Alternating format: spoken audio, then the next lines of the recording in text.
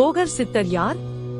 போகர் சித்தர் சித்த மருத்துவத்தின் மாபெரும் அறிஞர், நவபாஷான ஞானி, சிவபக்தியில் உச்சம் அடைந்தவர். அவர் அகத்தியரின் சீடர் என்றும் கூறப்படுகிறது.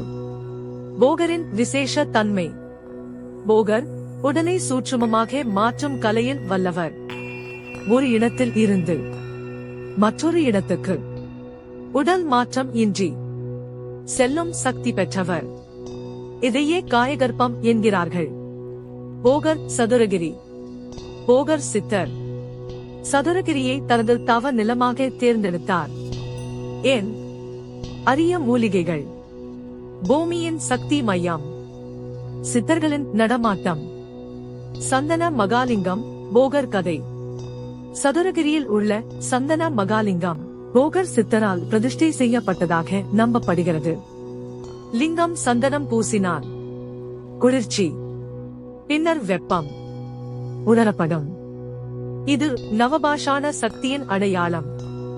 நவபாஷான ரகசியம். நவபாஷானம் 9 விஷங்களை சரியான அளவில் மருந்தாக மாற்றும் கலை. போகர் சொன்னது விஷமும் மருந்தே. அளவறிந்தால். போகர் குகை. சதுரகிரியில் போகர் குகை இருப்பதாக சித்த மரபு கூறுகிறது. சாதாரண கண்களுக்கு தெரியாது. தவம் செய்தவர்களுக்கு மட்டும் பாதை திறக்கும். உள்ளே சென்றால் உடல் நோய் குறையும், மனம் அமைதி அடையும். மனித ரூபத்தில் போகர்.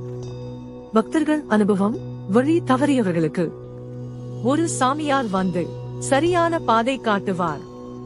திரும்பி பார்த்தால் அவர் மறைந்து விடுவார். போகரே வந்தார் என நம்பிக்கை. அமாவாசை இரவு அதிசயம்.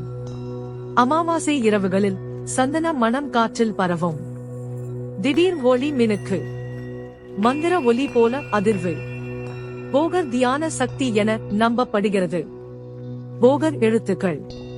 போகர் எழுதியதாக நம்பப்படும் நூல்கள்: போகர் 7000, போகர் குணபாடம், சித்த வைத்திய ரகசியங்கள், போகர் உபதேசம்.